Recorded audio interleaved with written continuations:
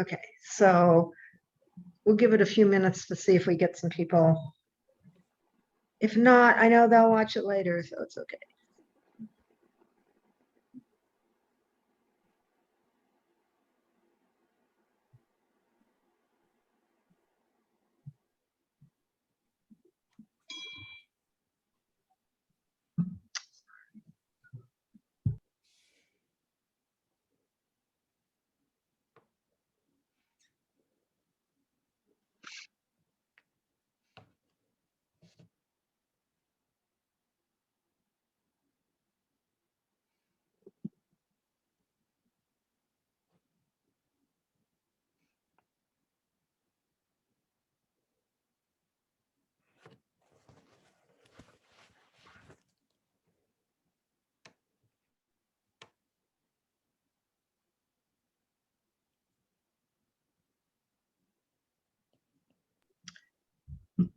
Okay, so we have a couple of people in. I think let's go ahead and we'll start. And so we want to say thank you for coming. And I am Penny from Eisenhower Library. And this is on cosplay, which you can probably see if you're looking at your screen right now. And this is the last panel that we're having today in Comic Fest. All of the panels are going to be available on the library's YouTube channel. And if you haven't seen them, some of these have been amazing and really, really, you should be great. Yes, the question is, are we all muted? Yes, you are all muted and you are all uncameraed. So please put any Q&A in the Q&A or in the chat, questions in the Q&A or chat, and we will take them as we get them, as we're walking through this. And I want to introduce you now to Karissa from, I would say your last name, but I'll probably say it wrong. It's Kossman, right? Is that right? Yep. From People of Color Cosplay, and Colleen Malo from the library. Colleen's going to be moderating, and we're going to go ahead and we will get started. And I'm going to put myself off camera for now.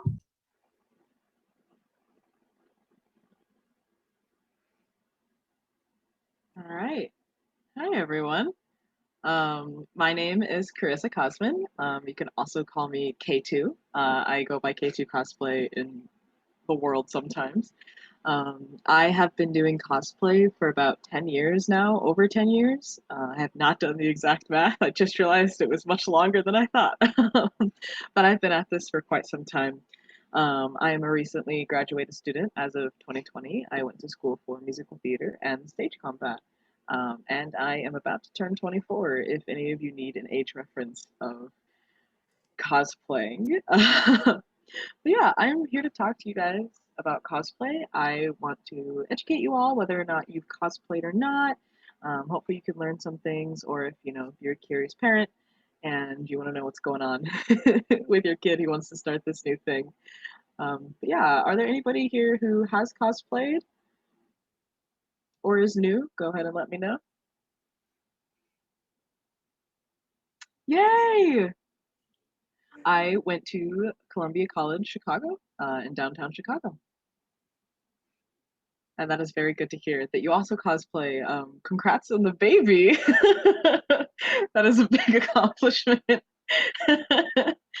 Maybe you guys can do some cute baby parent cosplays when you get the chance. Yeah, let's get into it. So, what on earth is cosplay? See if it will go.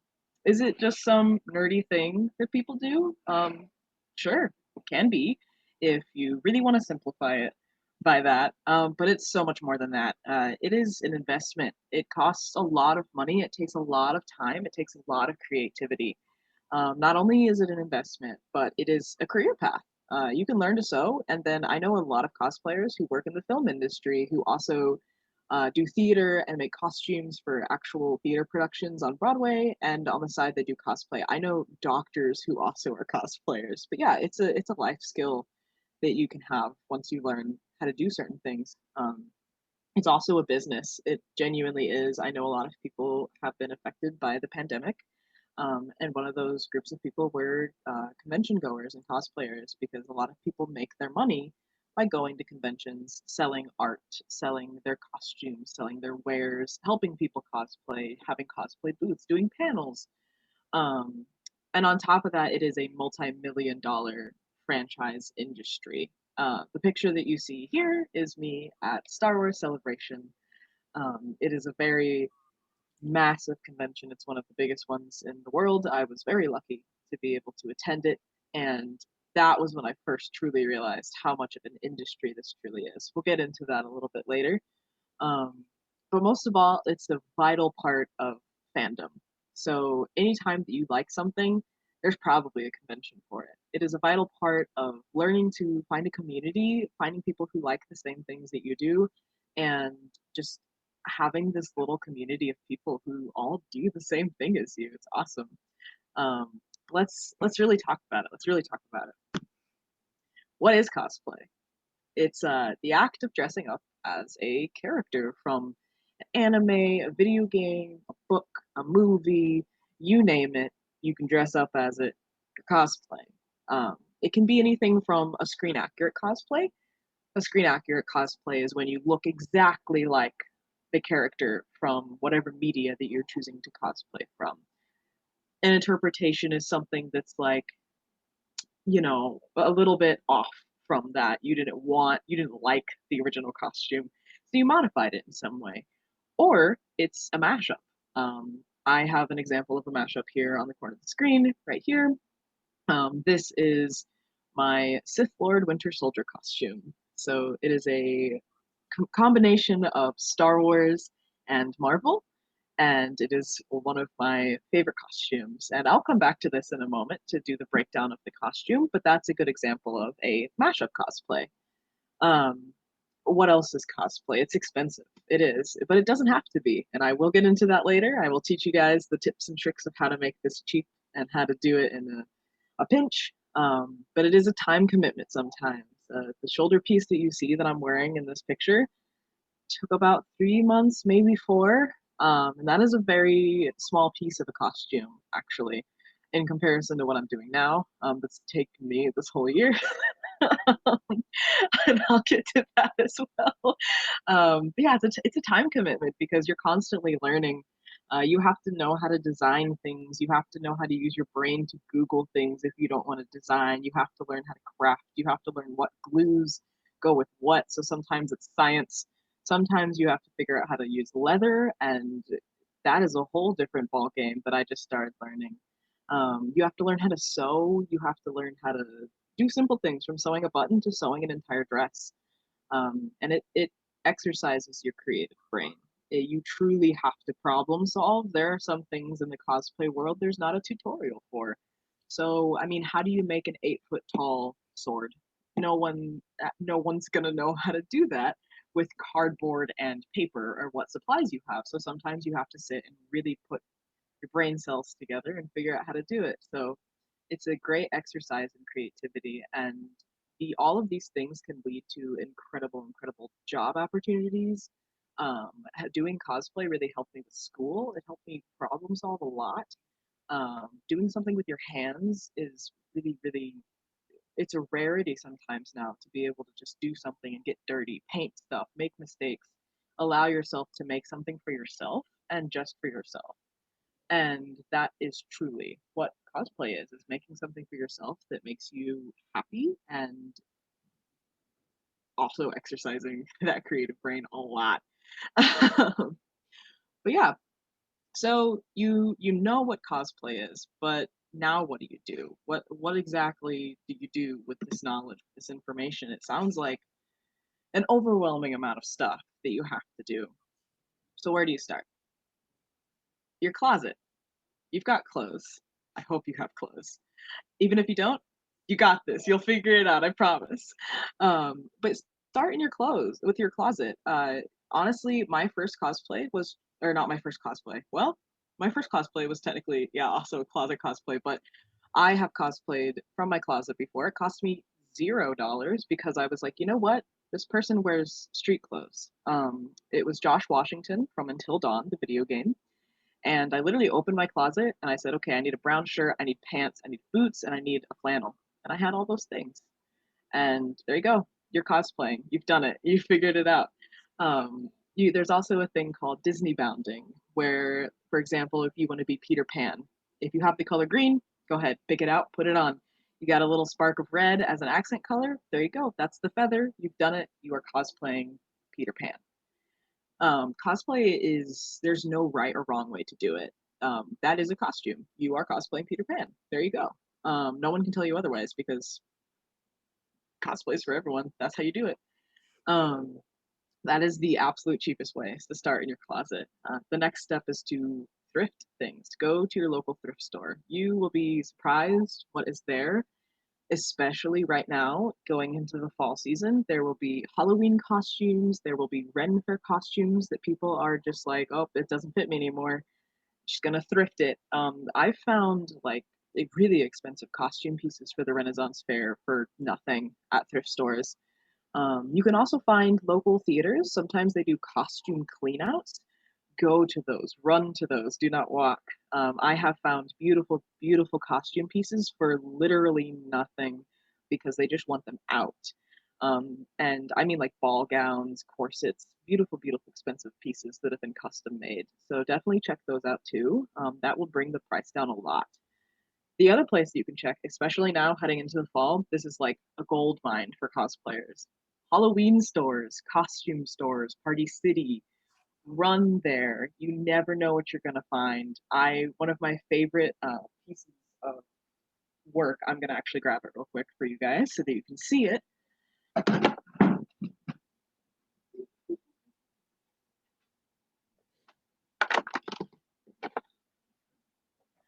One of my favorite pieces was actually a Halloween store buy. It is a sword. This is not what the sword looked like when I picked it up from Spirit Halloween for about 10 bucks. I super glued ribbon and some leather cord that I like took off of some laces of a shoe, and then I painted this a different color because that is the way I wanted the sword to be. That is a really good example of what you can do with Halloween store things to make them look even more cool. This sword alone was an awesome, awesome piece, but it was not the sword that I needed. So I picked it up, I turned it into the sword I needed. Cost me less than $20. Um, Halloween stores are your friend, especially if you want fake prop guns too. They usually automatically have the orange tip so that when you take it to conventions, it's safe. The other way that you can do things, and these are the more expensive ways, you can commission people. Commissioning someone is when you ask someone to make a item or an outfit for you. You can also commission artists, but that is a completely different thing. Commissioning someone is when you find a costume maker or cosplayer that you like and you ask if they'd be willing to make you a costume. So for example, if I wanted to do Luke Skywalker from Star Wars, I would take pictures of whichever costume I would like from the Star Wars films and I would hand them over to the commissioner and say, can you make this? Sometimes they'll say no, that's okay. Sometimes they'll say yes, and then you usually receive a price. It's going to be pricey. You are paying for their work, their time. They are hand sewing this for you to your measurements. It could range anywhere from 200 to 800 plus. One of my costumes is going to cost $800 plus, and I said, I can't afford that right now, but I will keep you in mind for the future. That's totally okay to say to people. Make sure that you know what your budget is before you commission someone, and also make sure that they are someone who wants to do commissions. I don't do commissions. I have no time to make costumes for other people. But the people who do make commissions, definitely contact them. One example, their commissions are currently closed, but Vicious Frockery on Instagram is one of the commission folk that I truly love.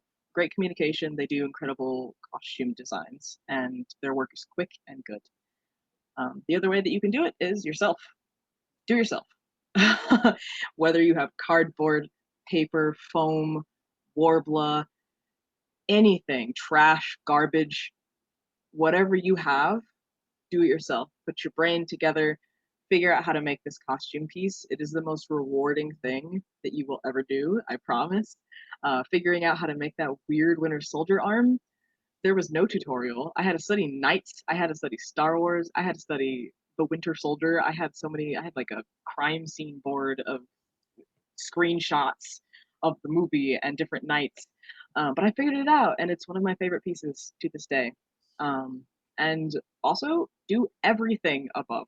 Do everything that I have mentioned, combine it together, and you're cosplaying. You're really doing it. That is honestly the smartest way to do it, is to just do everything at once and also make it as cheap as possible.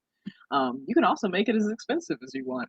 If you have the money to spend, go for it. No one's gonna be mad at you. You can also buy like full cosplays on sites like Easy Cosplay, and I can't remember any of the other ones, but yeah, if you Google like insert anime character here in cosplay, you're gonna find a costume that's online. I recommend doing a little bit of research to make sure that they're a reputable company, because there are lots of scams, so be aware. I've gotten scammed once. Just make sure that you protect yourself and do some research, look up some reviews and stuff before you purchase something. Um, an example of how to put everything together is my Winter Soldier costume. So I'll start with the lightsaber. It was expensive. It was a lot of money. I knew it would be. It's from Ultra Sabers. There are 2 lightsabers here, and they have a connector. Each lightsaber was $200. So, and the connector was 40. It was a gift from a friend. That is an example of something that could definitely be bought for cheaper. The Disney store has ones for like 20, 30, $40, depending on what you want. And they are just as beautiful. The lighting here has actually been edited. These lightsabers are not this light. This was shot in the middle of the day. So photographers are working their magic, I promise. The other piece is the arm. I completely made this out of Worbla. Worbla is a thermoplastic heated material. I can go over that if anybody has any questions. Um, I can definitely come back to it and show you what that is and what it looks like raw. But this is what the finished product looks like, and that was made by my own hands. And then the corset, bought it from Amazon. The hood and the cloak that you see, I commissioned somebody to do for me for about $80. And then the shirt and understuff that you see underneath my corset was a shirt that I had in my closet. I cut off one of the arms, and I made sure the other arm was really, really secure. And I put some weird Velcro contraption. I need to work on it to like connect the armor. And then I used the remains of the other sleeve to make a glove for that same arm so that my hand would be protected. And that is a really good example of how to exercise all of the above that I mentioned on this slide. So you've done all of this. You've put your heart and soul and blood and tears into this costume. But now what do? You can always prance around your house and wear it in your local grocery store and, Walmart. Go for it. But the most rewarding thing is to go to a convention. Conventions have been around since 1939. The first convention was a bunch of people who were like, we all like sci-fi. Why are we not all talking about it together? Why are we not, coming together, convening to have conversations about this thing? And in 1939, a couple of weird, wild people decided to hold a convention. And that was the beginning of a wild, wild endeavor. Now, people anywhere from 15,000 to 75,000 people attend conventions. These are the numbers I've been to. I do not know how big Star Wars Celebration was or how big San Diego Comic-Con is. Those numbers are massive. And there are 3 different kinds of conventions in my experience that I've gone to. There are anime conventions, comic conventions, and science fiction conventions. Science fiction conventions are more like Star Trek, Star Wars, very specific conventions. There are, of course, the generic ones that are just literally called like sci-fi conventions, but you can find ones in every fandom for a specific thing if you like it. Anime conventions are more, in my opinion, the culture of conventions. There's lots of partying, there's lots of community events. It's way less loose. There's a lot more kid-friendly stuff and after hours kid-friendly stuff. And then there's comic conventions. Comic conventions are more businessy. There's lots of like exclusive things that you can buy there. It's usually like long days. Anime conventions are usually 24 hours, and comic conventions are usually like the normal, like 9 to 5 kind of range, so that people who have jobs can come and check it out, which is awesome for people who have jobs. Um, but most of the conventions I go to is a range of all three of these. And here's a list of the conventions that I have attended. If you are trying to find one near you, I promise if you go onto Google and type in conventions near me, you'll find one. I absolutely promise you that you'll find one, even if it's far, like it'll be within like an hour or two. I promise that you'll find one. I lived in Nebraska and didn't think there were any conventions, and now there's like 3 or 4 that happen on the yearly. Um, and now I live in Chicago, which is a huge hub for conventions. If you are in the Chicago local area, please, I urge you to check out the conventions near you. I guarantee you there's probably one happening at least once every month, every 2 months. This is a convention right here. So there you go. But a lot of these conventions that I've attended range from the small ones that were like 10,000, 5,000, 15,000 people to the massive ones like Star Wars Celebration. Most conventions go from Thursday to Monday, or sorry, Thursday to Sunday. The big ones can sometimes range into the Wednesday to Monday to Tuesday range, but that's only happened to me once, and that was Star Wars Celebration. Most cons typically have the Friday through Sunday set up so that people who have work or school can also attend and enjoy the full amount. Mostly, I go Thursday through Monday, which I will explain right now. Thursdays, usually nothing happens. Usually, I will say that. Some conventions are a little wild and start on Thursday. But usually I fly in on Thursday, and that gives you time to unpack your bags, talk to your friends, meet up with people you haven't seen in years, get your cosplays all set up and laid out, make sure that you have all the money that you need, any emergencies that you need to take care of, like if there's, you know, if you brought bananas or fruit that needs to be in a refrigerator and there's not, you can get the ice and set up a makeshift refrigerator. Um, and then I usually stay until Monday because if the con shuts down on Sunday, you don't really want to have to worry about lugging your luggage through the convention on Sunday when you have to check out at noon, or if they don't have the baggage like keep where they keep all your stuff. Sometimes those get really overloaded.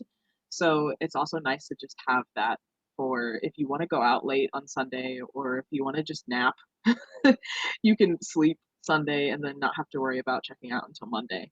If you have the money to do that, I usually suggest that. Um, but if not, there are ways to make it cheaper. And let's jump into those ways. It sounds expensive. It is. It is a multi-million dollar enterprise I talked about earlier.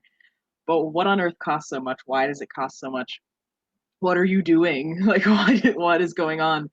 Um, there are ways to make it cheaper, and I'm going to go through the breakdown now for those of you who would like to know. Because I have been doing cosplay since I was a high schooler with no money and no job to a post-college student with money and a job.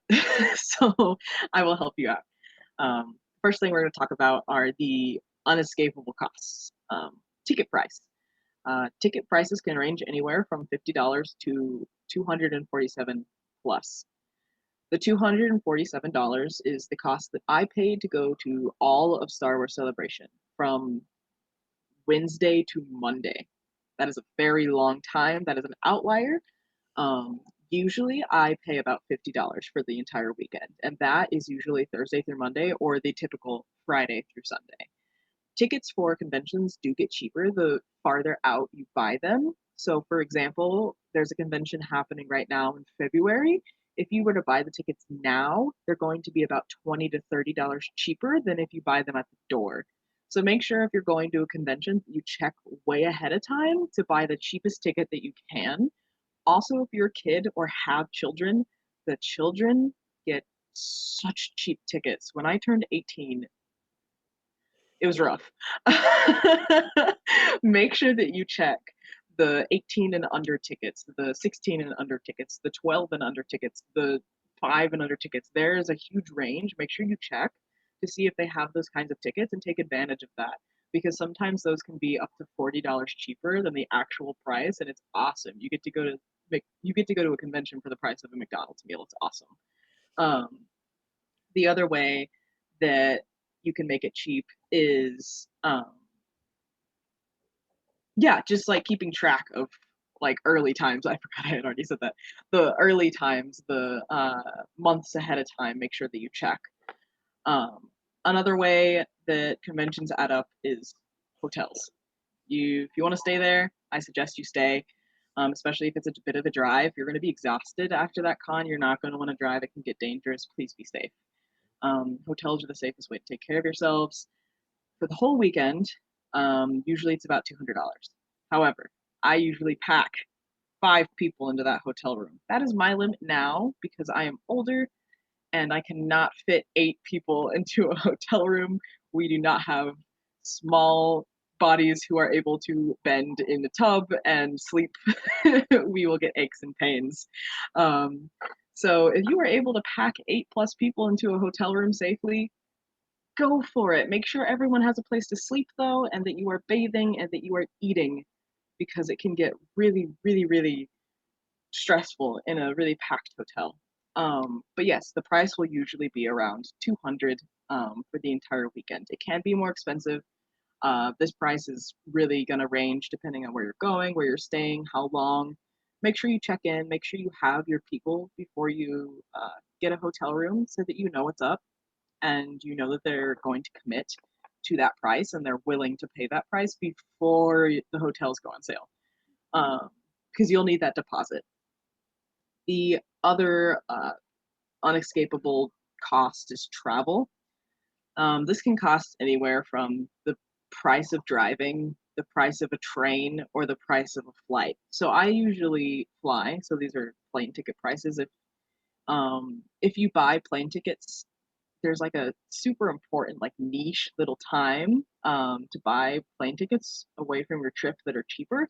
Make sure you check those niche times and get those tickets then, because usually they're like $100 instead of $400.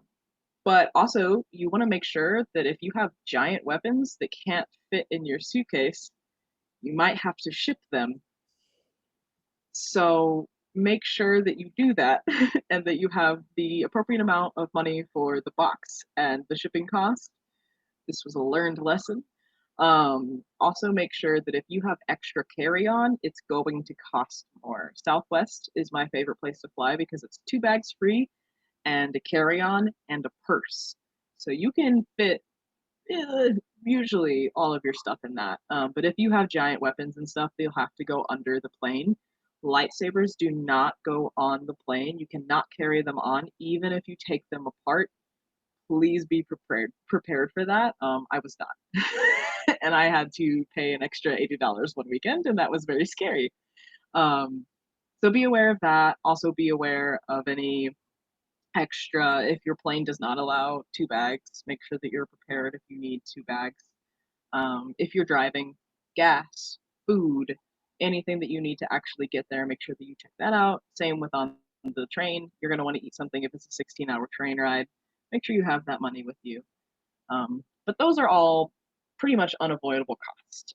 There's always ways to make them cheaper. You can always carpool. You can always find friends to help you bring that cost down.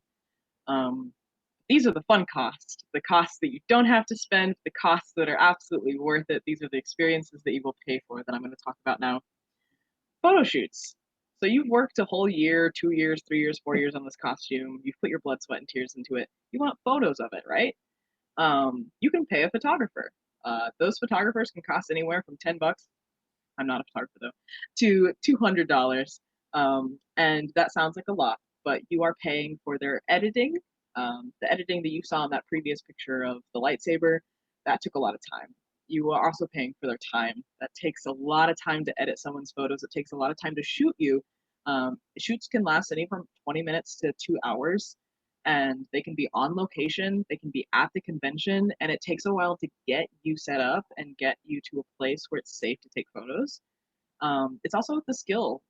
Photography is a huge skill, and a lot of times people do have more practice. Some people go to school for it, and you're also paying for that.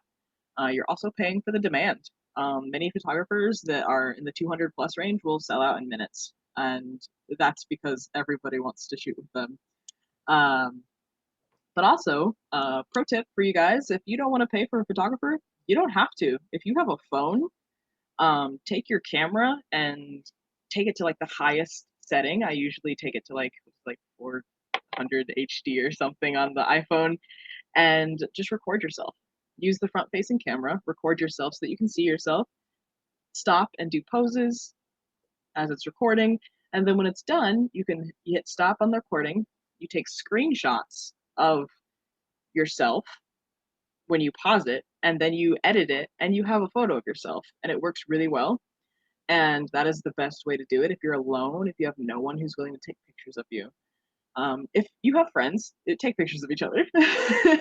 Take pictures of each other so you have memories of your costume and you have something to share on social media of this thing that you've worked so hard on, and it's very validating when you get pictures of yourself. The other thing that I'm guilty of at conventions is spending money on merch and art. As you can see on the wall behind me, I'll duck a little. This is just a portion of what I bought. There's a whole wall here covered in art. I usually take $400 just for that stuff. It will disappear. There's no limit to how much money or how little money you bring, but I do suggest bringing a little because you're going to want to buy something, even if it's art or like a cool t-shirt or a sword. You're going to want to get something. I suggest bringing a little bit of expendable change so that you can get something, but your money will be eaten. Be aware of that. You can try your best. You can try so hard not to spend it. You're gonna spend it. I guarantee you it's gonna go somewhere. You're not gonna know where it went. The other thing that's vital, food, survival. I say food and survival because you can eat ramen and eat tiny, like, Cheez-Its the whole weekend or Slim Jims, but I learned very quickly that I am now too old to do that and I have to eat food or I will pass out. Please make sure that you're eating food. Check in with yourselves, check in with your friends. Make sure you eat 3 meals a day, or at least 2 if they're really big. Please make sure that you are eating. Bring money for food. Do not forget that. It is a very easy thing to forget. You get caught up in all the fun of everything. Please bring food. You can eat ramen, or you can do what I do and spend a stupid amount of money eating out at restaurants. Sometimes that's really fun. Whatever you want to spend, please bring money for it and make sure that you eat. The cheapest way to do that is go to the grocery store before you are at the con, or that day that you arrive at the con, get a bunch of stuff and bring it back to your hotel room. So you have snacks, you have emergency stuff, just in case that you run out of money and you can't afford the convention food. Make sure you have snacks. The other thing you can spend money on is celebrity meetups. This doesn't happen at every convention, but it happens at a lot. So these celebrity meetups are literally, for example, C2E2 just announced that Hayden Christensen and John Cena will be there. Their photo ops are probably going to cost anywhere from $200 to $400, depending on what you want. They usually offer photos with the celebrity, so you get to have like a 15-second interaction and they, sling an arm around you and you have a photo together. Or you can have an autograph session, which in my experience are a little bit more interactive. You usually have about a minute or so to talk to them, and they sign like either a picture of you and them, a picture of their character, something you brought in, and you have that forever. But those are really expensive. They can cost usually about $80 to $400. These are just the prices that I've seen. Please check ahead of time if you have a celebrity that you're interested in so you can save up for that. But yeah, does anybody have any questions about ticketing prices or any of these prices in general? I know I spoke really quickly.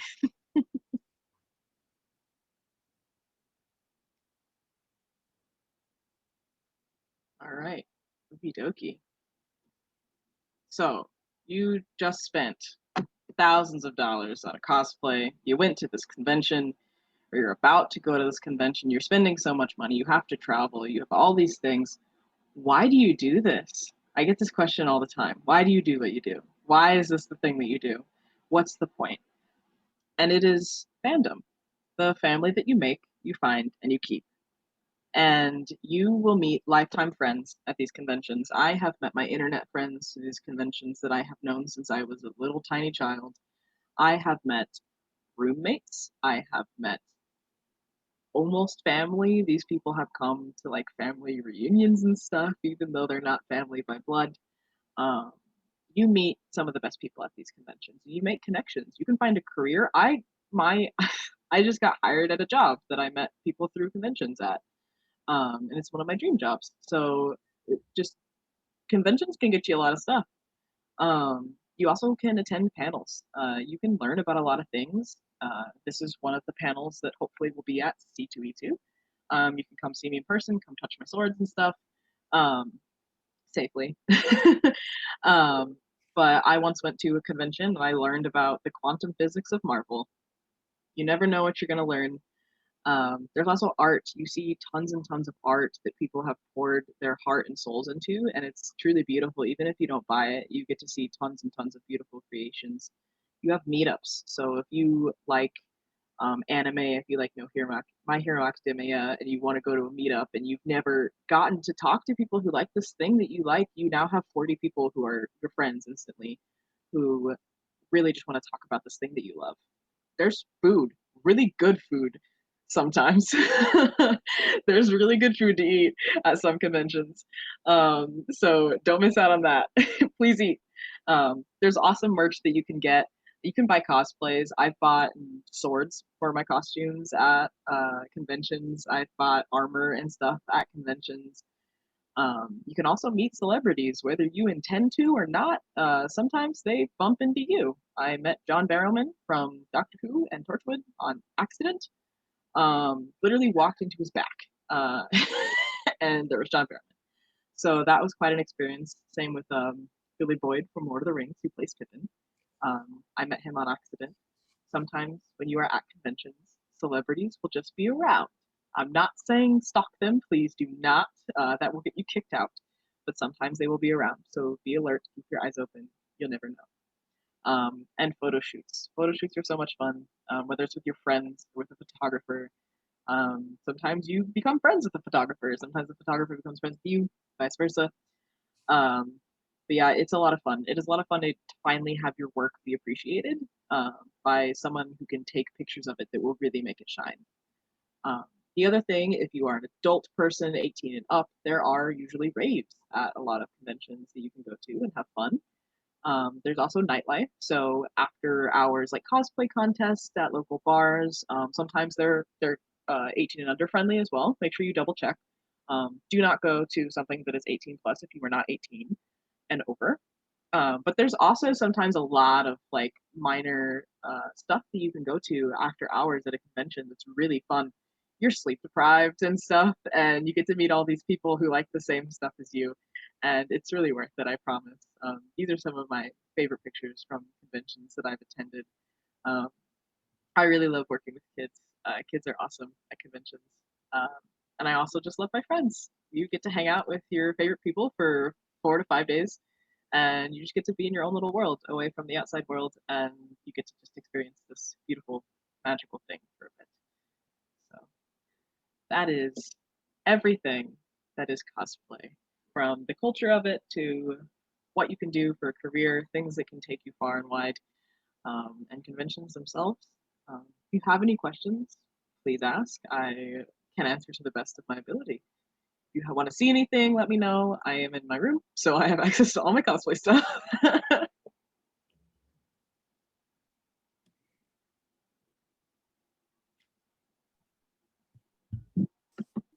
Colleen, did you have some questions that you had that you wanted to ask? Because I don't see anything in the Q&A right now, and I thought you might have something. Yeah. Do you have a favorite cosplay that you've ever done?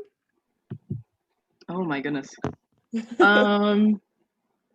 Probably my Winter Soldier costume. It was my first successful armor build, I will say. I do have another Winter Soldier costume, but the Winter Soldier arm was not movable.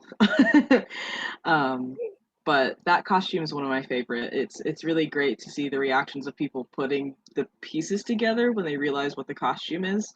And then you usually get a really enthusiastic response when people realize what it is.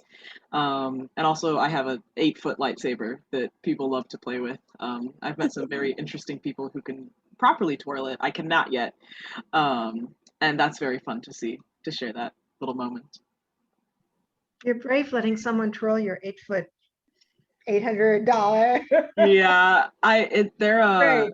they're quite sturdy, thankfully. I bought the ones they were expensive because I bought the ones that are kind of indestructible. So That's pretty cool. Go ahead, Colleen.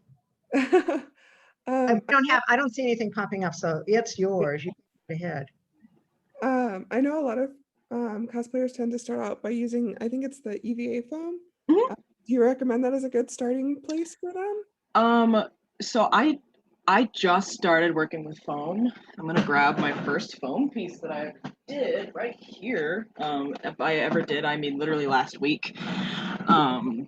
This is a neck piece for Thanatos from Hades, the video game. I have never worked with foam before. My roommate, who's also a cosplayer, works with foam and convinced me to make this piece out of foam because I usually work with Warbler. It's very stiff, and against my neck, it probably wouldn't feel good. I personally, this is really easy. I, I took the hard way, I guess, when I started cosplaying. But this was really easy. It was just a pattern. It took 2 seconds to trace onto foam, cut out, and then you glue it together and it's done. That's it. Uh, obviously, there's like more difficult things that you can do, but from what I can tell, foam is really forgiving. It's easy to work with. The glue takes a long time to dry, so if you mess up, you can pull it apart. Warbler, you can't. Um, once it's sealed, it's done for. Um, and I've worked with Warbler since day one. So I can't tell if it's easier just because I've worked with something that's not as forgiving. But I do believe that it's user friendly. If that makes sense. Is there a big cost difference between the two? Say that again? Is there a big cost difference between the two? Yes. Ooh, yes. Warbler is very expensive. It is about $100 for like a giant roll. Thankfully, it's way more accessible now. You can find them in like Michael's, in craft stores. I know Blix has Warbler now, which is mind blowing. I used to only get it on the internet and have it shipped to me. EVA foam is also relatively accessible, and it's much cheaper. It's like $20 a tube. This is like single, like 1 millimeter foam. You can get this at Michael's for like 60 cents for a giant roll. And that roll has lasted me about 3 years. So um, it's a much different cost. Obviously, the cost of glue. Amazon has some of the glue for pretty cheap. It's about $10 depending on how big of a tin you get. You don't need a lot of glue. And then, of course, however you want to paint it, prime it, that is a different level that I have yet to actually learn about foam. With Warbler, that's going to cost about $20, depending on the spray paint or the primer that you get. There's 100,000 different ways to do this. I once you find a way that works for you, stick with it. I stuck by my guns and only just now have learned to let go of that a little bit in exchange for ease and money. So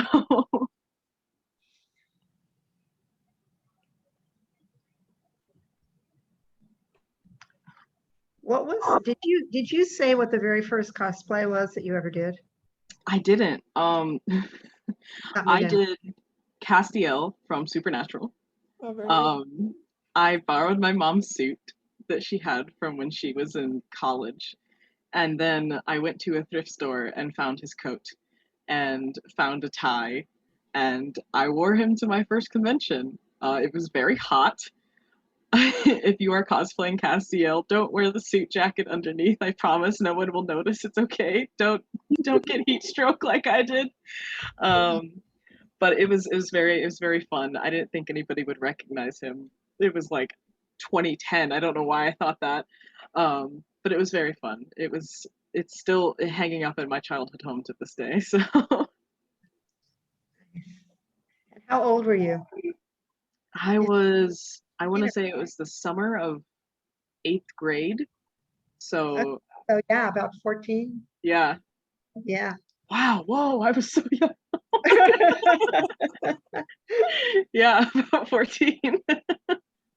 That's great. That's wild. All right. Is there anything else? Because if not, we're just hitting about, I think, our time frame. All right. Yeah, that's it. If you guys have any extra questions, if anybody's shy and doesn't want to speak, you can find my handles right below at the bottom of the screen. Feel free to follow me on there. If you are 18 and below, I suggest you follow my Instagram, not my Twitter. Thank you so much. And yeah, you can also check out my Patreon. I post a lot of stage combat stuff and exclusive stuff on there, such as like tutorials on how to build this thing, mistakes that I've made and how to overcome them, and various stuff. I send out letters every 3 months to you guys with a bunch of like stickers and goodies and prints. So yeah, check that out if you'd like. Thank you so much.